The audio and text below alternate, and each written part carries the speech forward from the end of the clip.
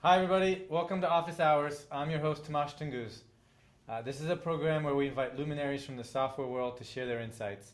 It's a unique format where we gather questions from the audience ahead of time, weave those into a conversation, and have founders and executives ask questions along the way. Been doing this for several years, they've been a huge success. Some of our recent guests include Carrie Lou Dietrich, who was a marketer who took Atlassian public through the IPO, Bill Binch, who was the Senior Vice President of Sales at Marketo, and Lee Kirkpatrick, CFO from Twilio. Thanks to everybody who registered. We gathered questions from you. Hundreds of people have registered, and we've coalesced the questions into Q&A that Fredrik and I will go through in just a minute. To remind everybody, the format of the session is we'll go through 30 to 35 minutes of fireside chat, and then we'll open up to more questions broadly. Please use the chat feature to ask questions, and we'll put those conversations into, weave those questions into the conversation as we go. We're recording this session, and we will be publishing it on YouTube, on the YouTube channel, and also the Spotify podcast. Today, I have the great pleasure of welcoming Fredrik Haga, who's the founder and CEO of Dune. Dune is the leading crypto data analysis platform. I learned today that 50,000 dashboards across 300,000 queries. They execute 10 million queries, SQL queries a month of people banging around looking at all different aspects of Web3. I used it myself and was lucky enough to speak at the Dune conference in Berlin earlier this year. And it's an absolutely fantastic service in order to understand exactly what's going on within the world of crypto. I've had the privilege of getting to know Fredrik for the last 2 years, lucky enough to be a small investor in the company. Fredrik, thank you so much for joining us and sharing your insights. We're thrilled that you're here. Thank you. Excited to be here. Awesome. Okay, so for today's session, we're going to cover 3 different topics. The first is the current crypto winter and what it means for Web3. The second is, what does the future of Web3 look like? What do the next 12 months look like? And then the last is advice for founders. Fredrik, you've been in this ecosystem for a long time. This is not your first winter. Lots of questions came in around how to manage through these difficult times. So why don't we kick off? We'll jump right in with the first topic, which is the current crypto winter and what it means for Web3. So in 2022, we saw 3 major collapses in Web3. We saw Luna and Terra, which is a stable coin that literally went to zero. With it, it brought a trading firm called ThreeArrows. And most recently and notable, we saw the complete implosion of FTX. Fredrik, what do you make? I mean, how does this winter sort of compare to others? What kind of lessons have you drawn or observations have you drawn from this winter, having lived through several of them? Yeah, great question. I think there are definitely a few similarities and a few new things with what has happened recently. I think in general in crypto, sort of independent of these like massive crashes, it's very clear that there are extreme hype and sort of the sentiment is very volatile, and I think also fundamentally it's an industry that some people will get very excited about from, let's say, like first principles, and some get like very excited about because they can make a ton of money overnight, right? Every now and then. And so I think those two sort of components of like audience of the space or participants in the space is kind of always present, and then while the latter goes to zero and to millions, on and off, I think what is might be a bit underrated if you just read the media is like there's actually a bunch of folks that deeply believe in like programmable money, like a financial system that anyone can have access to. And there's a bunch of amazing sort of open and composable technology that's progressing extremely fast. And if you kind of look under the hood, there's just astonishing progress all the time, right? And these things just like always have been present. And then I think, with these like massive fallouts, I think they haven't, as many have pointed out, like they haven't violated any of sort of these first principles ideas of what crypto is or what it can do. There's no like debunking of, if Ethereum's move to proof of stake turned out to just like, not work, that would be a way bigger blow to the system. But that actually, when big migrations go uneventful, that's just like, amazing work behind it and amazing, minds. And that's what happened on that front, right? But I think so looking back, I think there are a couple of big differences from previous sort of cycles and this one. And one is, of course, like that the macro environment is really bad. And when we first started Dune in 2018, it's like a really hard time for crypto companies, and the sentiment around the crypto industry was not great. But obviously, like the broader world was kind of chugging along in what maybe in hindsight turns out to be a huge bull market. So I think that's like one difference, and I think maybe even more important difference is sort of the prominence and the presence of the space is just actual meaningful sort of mainstream scale, right? And you can watch the FIFA World Cup and there's crypto companies like rolling on the ads and whatnot.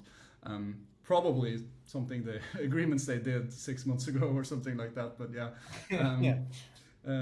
or a year ago. But so I think the prominence is up, which means that there's more scrutiny, and I do think that, of course, regulation is a big question now. It's always been a big question, but now it's like actually on the agenda of a lot of important folks that really make an impact on where this will go. And I think an important or interesting like analogy is for this. I think of crypto as like a Uber versus taxis, just on like 10 to 100x scale. So there was some kind of trust problem in like ride hailing, and then you have like medallions and like some kind of certification of drivers in the taxi system, and then Uber came along, had like another way of figuring out that trust with ratings, arguably did it in a better way, more efficient market, all of that. But of course that was like a big clash with the established world and all that. And I think essentially like crypto and finance is essentially the same. There are some rules, some laws and whatnot on how to do finance and what you can do and what you can't do.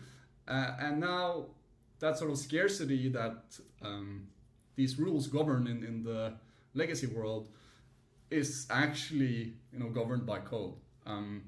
And I think that is obviously like a totally different dimension to the system that it is a big clash with the established world. So I think that's kind of like what's happening. Do you think regulation, do you view it as a positive, as sort of an evolution of the ecosystem? And because one of the big challenges now in the ecosystem, I mean, you look at like FTX and Alameda, the counterparty risk is huge. You don't know whether or not you're trading or you kind of didn't know it ahead of time. Like I remember putting $1,000 through Wormhole and waiting 45 minutes for it, not being able to contact anybody and sort of just needing to trust. And now we're at a place where, like the Alameda counterparty risk is enormous. The FTX, you don't know, like BlockFi just announced bankruptcy yesterday. So do you view regulation as like an important step in the evolution of this ecosystem? Or do you think it will sort of get in the way and slow things down? So no, I think regulation in sort of conceptually is totally fine and meaningful. I think though, these players that you just mentioned are regular financial actors, and you can think of that they're operating like banks or like exchanges or like other financial funds, right? Yeah. Versus something like Uniswap is different, right? Fundamentally, and I think. So I think probably you could just like take most of the rules you already have. I think FTX has proven that there should be some rules around running a business like that. It's not great if you can just go ahead and do whatever you want. But the way I maybe think about it is, I think crypto is like a piece of infrastructure, right? It's just like some way computers talk to each other and in a pretty structured way. And I think. And this is not to say that I'm hopeful or confident that it will be done in this way, but I would be hopeful that kind of regulators understand which layer of the stack they're kind of regulating, because I think I think it makes a lot of sense to have a very clean, very simple like interface for computers to interact with each other. But I also think if you build a product that has an end user consumer on top of that infrastructure, like. It makes sense that the local authority or whoever it might be, regulate you and your business and your product. That's fine. Yeah. But if they try to sort of define the stack or start to get into the deepest level of infrastructure, I think we have a problem in terms of you make that infrastructure more or less unusable. And I think of it as like if every country in Europe decided like their local government will say, hey, this rail track needs to look like this in our country. Like how would you send people around if there's not like the same standard for like how a train can operate, right? And I think that's kind of the scary part if that distinction is kind of lost on the regulators. Yeah, so mapping that onto Web 2, it would be, so let's say you've got Robinhood, right? Robinhood is an end consumer financial application that's regulated in the United States because people buy stocks and bonds on it, and it's regulated like any other brokerage. And suppose, I don't know if this is the case, but let's suppose it's built on Amazon. The CFTC or the SEC shouldn't be regulating Amazon. What you're saying is they shouldn't be regulating the Amazon Web Services, right? They should be regulating the end user application. And so you hope that the regulators actually view that distinction and make sure that they don't actually regulate. Regulate the business, regulate the product, don't regulate the underlying layer. I think there were a lot of actually, frankly, very good discussions on this in and around tech during Trump and Twitter and whatnot, Cloudflare had some good reflections, what layer of the stack should sort of free speech happen on, and where's our role and whatnot, right? And I think these are kind of similar themes, but of course in a different setting. But should it be illegal to send a transaction over Ethereum without me knowing your KYC? That's I don't think that's a great way to try to solve this, right? And say that you're both parties are money transmitters. But yeah, we'll see. Yeah, awesome. Okay, so we've got excuse me. So we've got we're sort of in a crypto winter, but there's a lot of innovation, right? We've got about 5,000 developers committing code every week into Web3. Got to about 2.5 million daily active users. By my count, there's something like 140 games that are Web3 enabled that will be launching next year. And so the way I view the current period is the ecosystem is kind of coiling its spring. And at the center of it all is Dune, right? And Fredrik, if you wouldn't mind sharing with the audience, how do you view Dune? Within this ecosystem, you've got such a broad landscape. You can look across chains, you can analyze data. I mean, there's major projects like Polygon are actually hosting dashboards in order to educate users about what's going on. How do you view Dune fitting into this ecosystem? What's the vision for the company? Yeah, so I think a blockchain is a public, always updating, always expanding data set, and this is something completely new. That hasn't really happened before. All data has historically been built inside, occurs within a company, within the business operating some product. They can see it, but when you have a public by default data set, some interaction. Oh, I lost you on camera, but it seems like we're still rolling. Are you there? Oh, there you are. You're back? Yeah. Cool. So I think, there's an explosion of stakeholders for any data point. And that's really what we're trying to do, is to say, okay, in theory, all of this data is open on the blockchain, but in practice, there's a lot of hard work to be done to extract it and leverage it.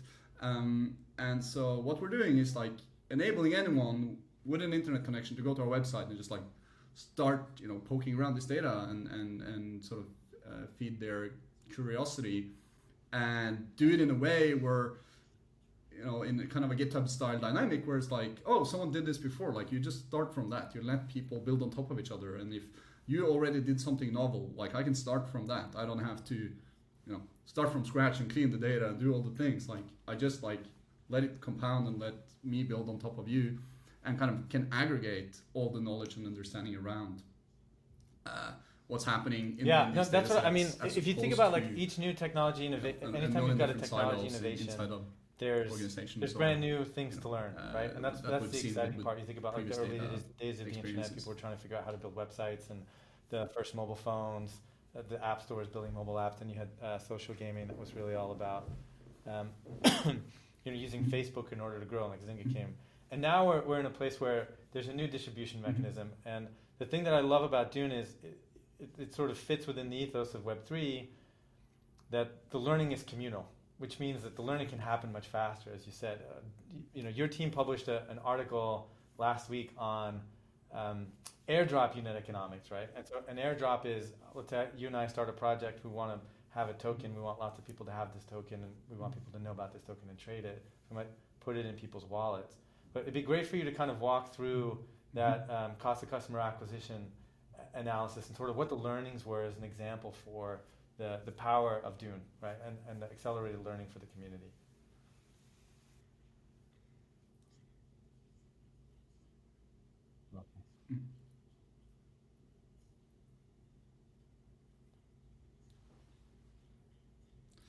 Yeah, for sure.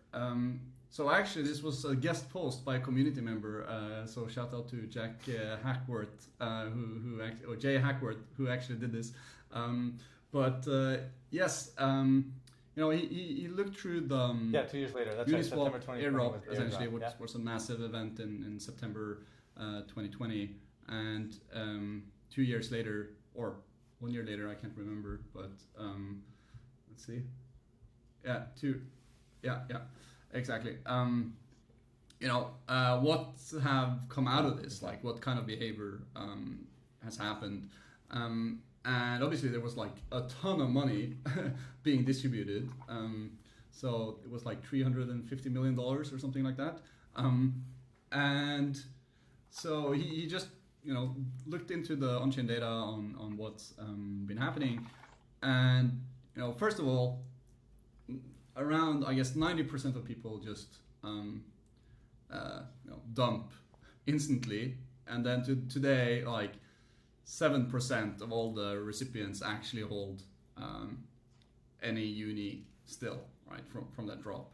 So retention of like people getting this has not been amazing, and I guess that's the difference between like a loyalty point and like a crypto token is like you can actually turn it into cash when it's in an open system like this. Yeah, so here's the article, and I think there's one argument is kind of like retention. You say, oh, you can kind of retain and engage your users by doing this, and I think if you scroll a bit down, there's a chart on like 205 out of what percentage 220,000 active wallets, traders of wallets basically dumped come from the money holders right away, right? So if you scroll a bit down, so this what that is tells a you nice is like, table.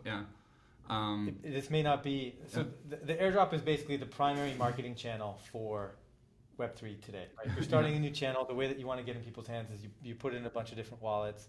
There hasn't been that much sophistication applied to it, right? And I think that's what this post is highlighting. I mean, look, Uniswap's a $5 billion plus publicly traded decentralized exchange, obviously hugely successful, have generated about more than $1 billion in cumulative fees over their life, and they had this one drop which cost them about $350 million, and so you could argue like, hey, on the balance, there's like a 3-to-1 ratio.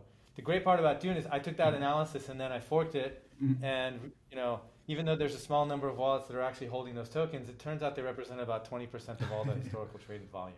Right? It took me about 15 seconds on Dune to be able to calculate that, and so now what we can do is look at the marketing effectiveness of the Uniswap airdrop and compare it to other kinds of software.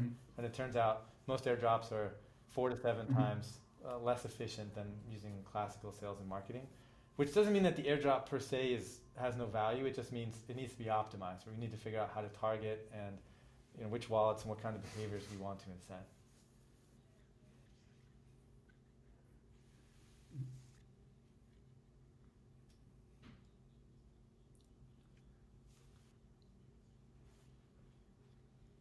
Yeah, absolutely. I think there's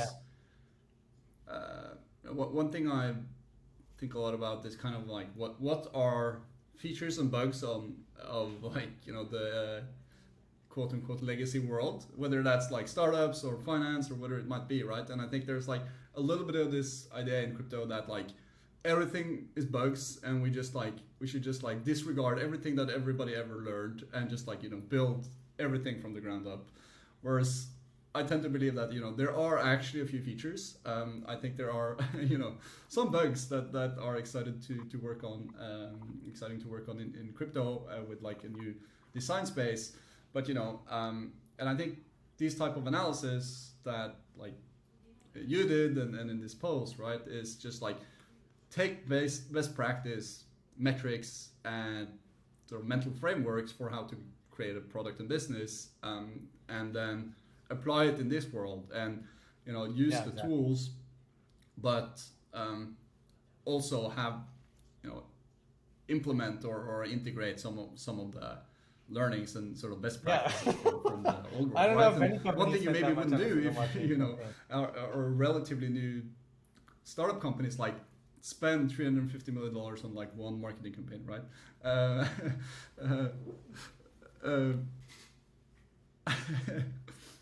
Yeah, no, but I guess, and I think of course there's some of these stats are not looking amazing. Of course, there are a lot of like confounding factors, and no. I mean, like I look at that, and like, it was hugely innovative, right? It was hugely successful, and it created this enormous multi-billion-dollar decentralized exchange that's like the most vibrant exchange, right? So I think it's you've got to look at that airdrop and call it a massive success, right? I think what we're doing now is basically saying, okay, how do we tweak and tune this so that the unit economics improve? But the model actually works, right? Clearly it does.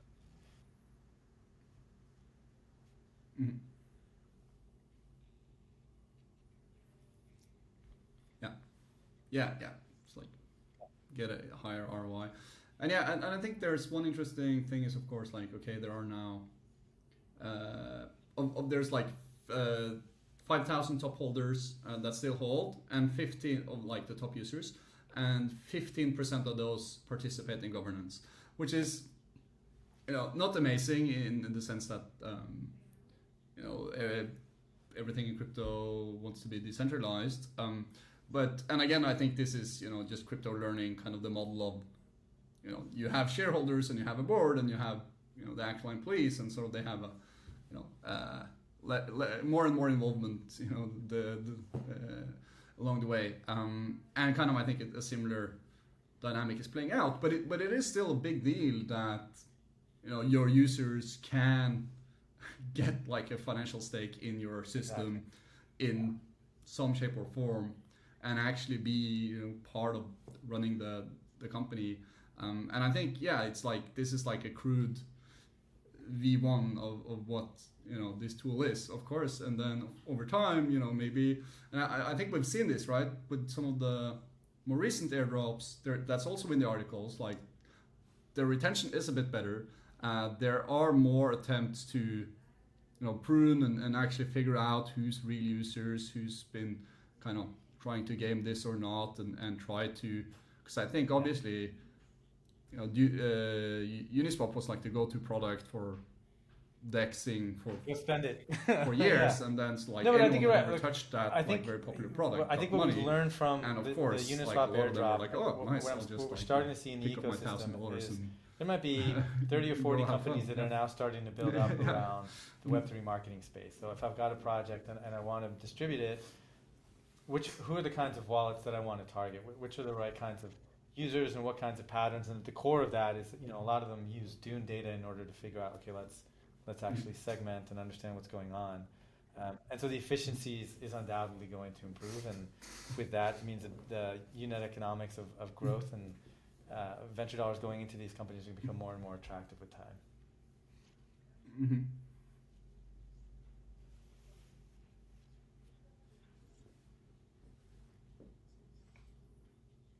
Mm-hmm.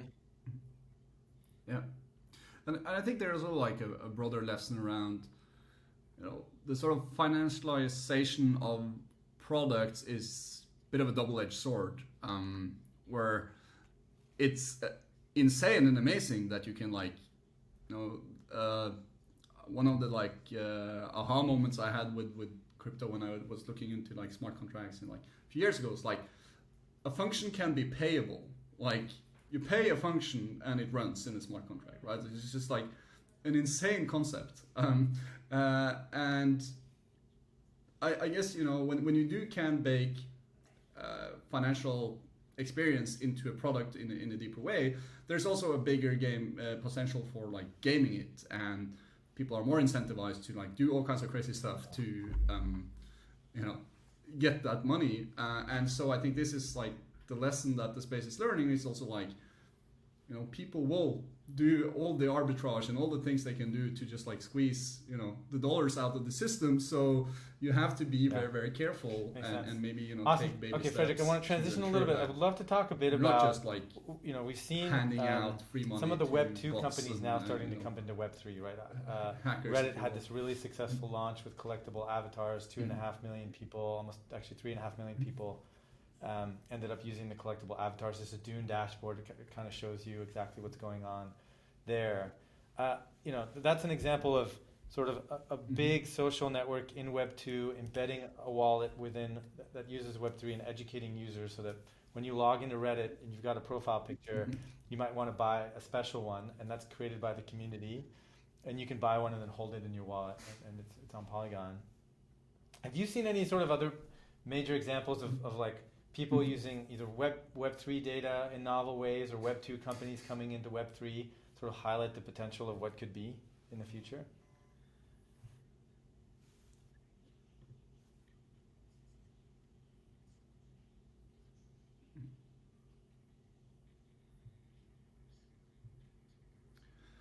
Yeah, I think there was this dashboard that went super viral not that long ago.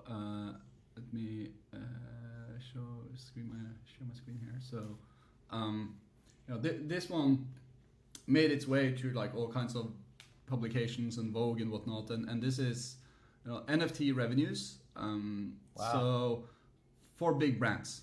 So the headline item here is that Nike made $185 million in revenue from selling NFTs, and you can see all of these big brands have like jumped on the train, but Nike is clearly king of the hill, and what you see here is also like half of that is from royalties, so secondary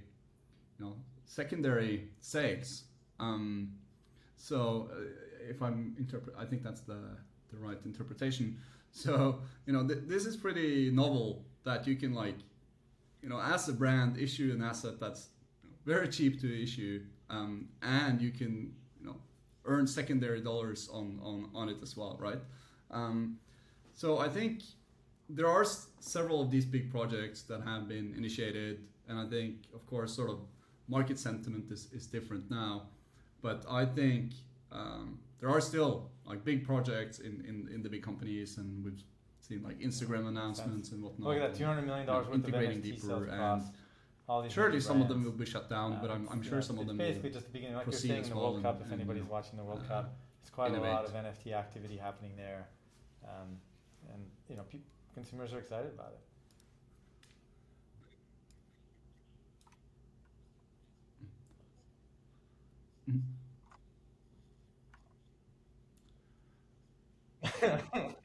How do you out for it? Yeah. And I think I've heard rumors that some finance folks in Nike was quite awesome. Okay, so we talked a little bit about the crypto these winter and what it means for came out Web3. online. Talked a bit about the evolution of the market, the increasing sophistication around marketing technology, the use of data, how Web 2 companies are starting to come into the ecosystem. It'd be great to sort of hear your take on what do you think the next 12 to 24 months. I mean, you've lived through, like you said, you started Dune in 2018. You lived through that winter, and we went through the summer of the DeFi summer, which is absolutely incredible expansion of credit and obviously a big run. Given your previous experience, what do you think the next 12 to 24 months looks like for crypto?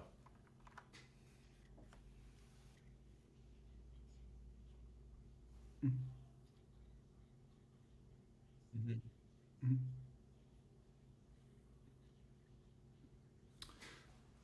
Yeah, probably quite similar to like 2018 to 2020 for us, I would guess, which means there's still a lot of people that are interested. It's like a true forest fire coming through the system.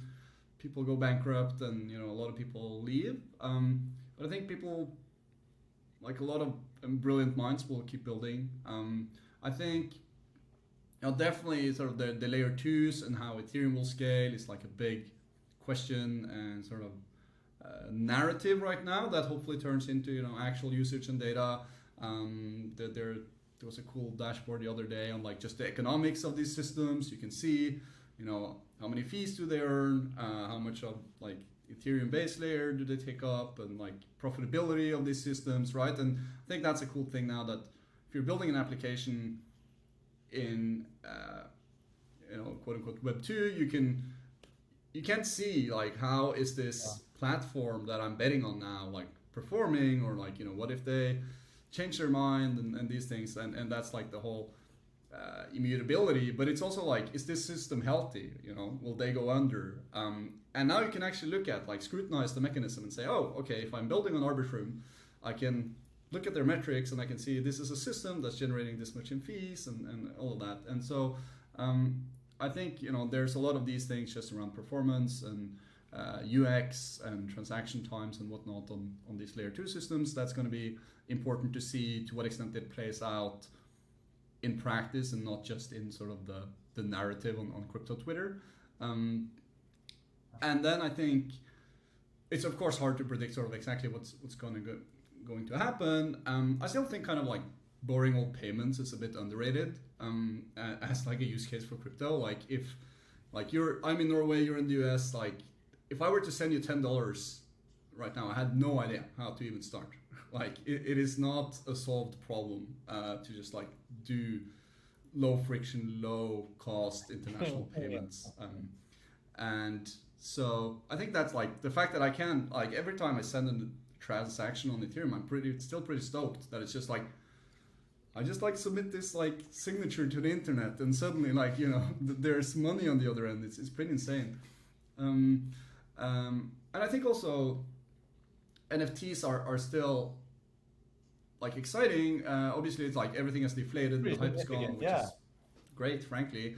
And now the volumes have stabilized at around like $360 million a month in trading volumes, which is like still a fair amount, right? And I think one way to think about that is like, I think the cultural sort of capital of the world is massive in terms of like music and arts, and like people go around all day listening to music and it's a big part of their lives. But like the financial capital of that space is still very limited, and there haven't been that like streaming has done some of it, but it's still a huge gap. And I do think that like NFTs is a meaningful toolkit and design space for sort of bridging that gap and letting creators, the fact that I as a creator can just like make a piece of art, put my sort of stamp on it, make it scarce, and like sell it directly to my fans, take like secondary fees on it as well.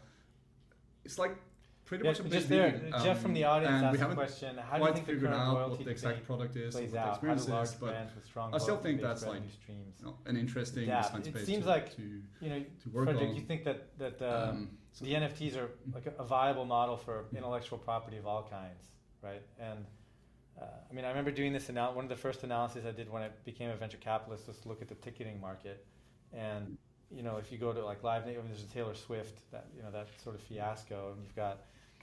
It turns out that like the secondary market, so reselling of tickets, is something like 4 to 5 times larger than the original value of the ticket, and the artists get no fraction of that, right? But somebody else does. And with NFTs now, everybody can kind of set their own rules and decide, okay, I get 5% of the resale, or 15%, or half of the resale value.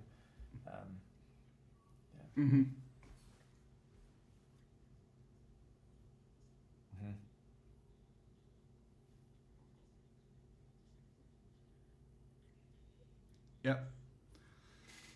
And I think the exciting thing is that like the toolkit is there, and then of course it doesn't mean, I think to some extent crypto kind of wants, or like crypto builders or whatever want to put finance into every experience, and I think it's like quite clear that that's not desirable for a lot of people, and like people do get pissed off if you do an auction for a ticket and actually try to find the right market value for that item, which, you know, in sort of a pure econ sense, is like, yo, this is the rational way of pricing this ticket. But I guess, yeah, it's very hard to know, you know, exactly what assets and what aspects of sort of the crypto piece can make sense or not. Yeah. But I guess what's cool is like these creators can kind of Hey, also, what advice? I mean, so to a larger you raised extent, capital. get a feel It'd be for great what if you wouldn't their, mind just kind of sharing the Dune you know, story a little bit. You communities, raised capital during a winter. want or not. There's gonna be a lot of founders and- now who are trying to and, raise capital during what might be even in colder winter. Would you mind just sharing the Dune story and sort of lessons learned on the fundraising path?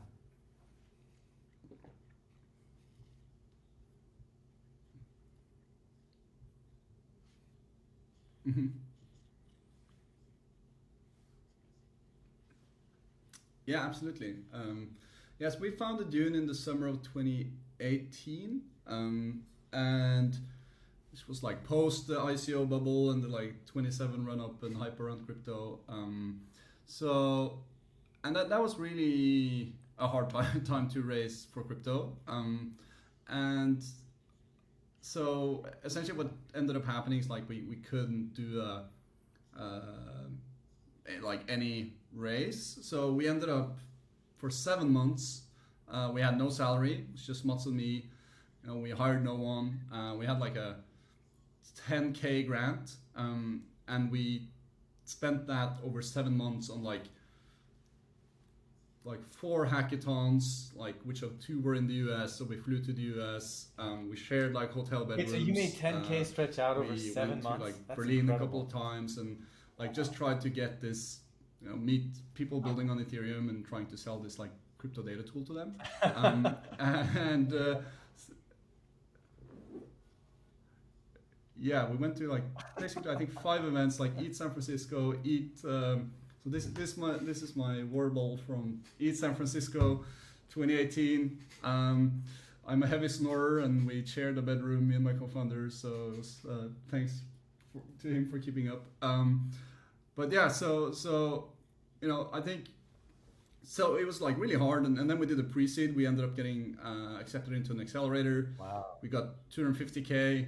We didn't hire anyone. We had a salary of like 40K a month. And so for over 2 years, like Dune was only Mats and me. And so like we were just like, we just didn't have any money. and so we just had to sort of adopt to that. And so I think,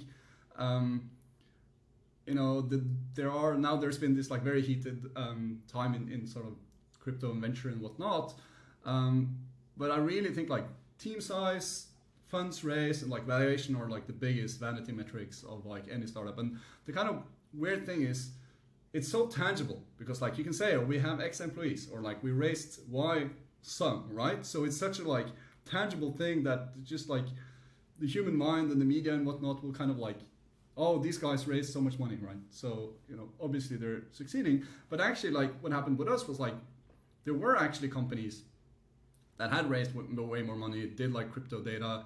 And like the most obvious idea was kind of like, oh, let's build like a financial product thing to like let investors pick the right tokens or whatever, right? And all these people that kind of raised money during the hype and whatnot, they just like didn't actually do the work of like understanding, you know, the novelty of this problem space that we're in, like crypto data. What happened to us was like we thought we would build like a mix panel and that we would like create dashboards and go and sell it, but we couldn't raise any money. So we had to like think really deeply about like, does this actually make sense? Like, do we really believe in this story? And so like after 4 months or so, we had cleaned a lot of the data and went to all these events and tried to sell it, so that we had cleaned it so we could like create the dashboards. But what people told us was like, hey, actually, if you have this clean data, we can just like query it ourselves. So if you could just like sell us access to the database, that'd be great. And so we took kind of that piece of information, and then we were like, you know, sitting there like getting all these investor no's, and they were like, okay, but the data is open, so I'm not entirely sure if you can like, you know, build a business on this. So, and then kind of took these 2 pieces of information and we said, okay, actually the data is open, so sort of like trying to sell, like monetize a dashboard might be like not a great way. But people do actually find this stuff useful and want to like query the data. So then we said, okay, actually let's like run with this assumption of open data and build this like open product where like anyone can build a dashboard, right? And I'm pretty sure we wouldn't have done that if we like out of the gate raised like a $2 million seed, started hiring like 10 engineers to just like go build this mix panel thing, and we could have done that for them 2 years, right? But instead we were like, okay, we need to really soul search on like if we think we're doing something useful, right? And that I think is like a lot of our success is because we had all that pressure. How did you know when you were like, okay, you like, started the mixed panel thing, had to and then try over and over like again to see what ourselves is like. Is this actually for a long period of time? The most powerful thing we can do? You're right. Like there are all these external pressures so around like fundraising metrics and how many people you have and all that kind of stuff. How did you know that what you were building was the right thing to build? When did you know?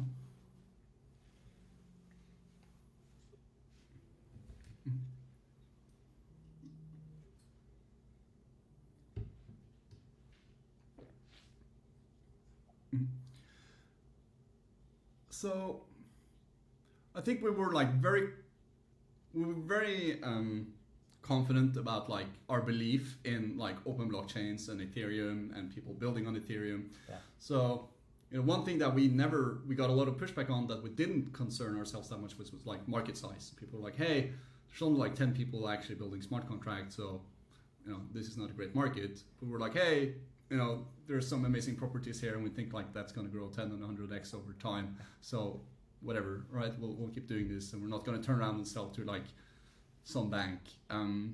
We're going to go sell to Uniswap. That's like one guy building an exchange, right? So we had like some core beliefs, and I think it was just like a hard. I think we didn't really know until like the summer of 2020. With like DeFi summer, that's when like Dune started to really make sense. Until then, it was like 20, 30, 40, 50 people querying this data, like us DMing with them all the time, like making sure their queries run, and like we were kind of like, it seems like these people think this is useful. We had raised the pre-seed, we just tried to make, so it wasn't like we were absolutely confident, I would say, like, but we felt like this is the right play, like this data is open, this is a product that makes sense, but the actual user base wasn't huge. But then when like the DeFi summer hit, which was 2 years after our founding, things started to really pick up, and like Dune charts started spreading. You started in the crypto winter. You basically you were very conservative. Sort of on Dune. By nature. So that was kind of, it took us like 2 years before we started to see that. You iterated. Like, you thought you got to a good place, and then the market took off, and then that's when it seems like it was like, okay, clearly the market's taking off, and they want Dune. This is going to work. Is that right?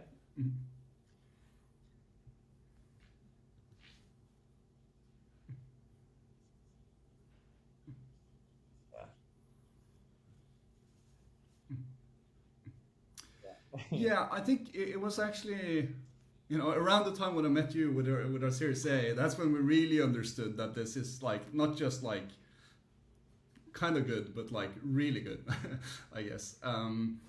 But I'll note that like I think this like mentality has really stuck through us. Like we're just a little over 50 employees now. Like we've raised $80 million in total, but we still haven't like. There's a lot of companies in crypto that over the last couple of years have gone to like hundreds of people in a matter of a couple of years, right? We're still just a little bit over 50 people. Like we're still hiring. We're still pretty disciplined and have a long runway because we know that it's going to be hard times. So I think we've always tried to sort of be more positive when things are looking bad, and be maybe a bit more negative and conservative when like things are looking good, right? Wow, you were burning. Yeah, I actually found this metric the other day. Like incredible. For the first 3 years, we burned in total $660,000. That was Dune's total burn for the first years aggregate. Super impressive. Awesome. And we're only like great. So those cover the three topics. So we talked a bit about the current crypto winter and what it means for Web3, the evolution of the market. And then where we see it going and advice for founders. Fredrik, I'm so glad that you came on the show and we were able to talk a bit about the journey. I remain stunned by your ability to. By your ability to build a business on $200,000 a year. There's a question from the audience that says, "How concerned were your parents about your diet?" Clearly, you and Mats, became incredible. The fusion of that friendship during that time must have been absolutely incredible. But and today you've got this vibrant ecosystem that's processing 10 million queries, and during the next summer of crypto, it's undoubtedly going to be again the center of the ecosystem of people looking to understand exactly what's going on. So thank you so much again for coming on the show on Office Hours. We really appreciate it for sharing your insights, and looking forward to your continued.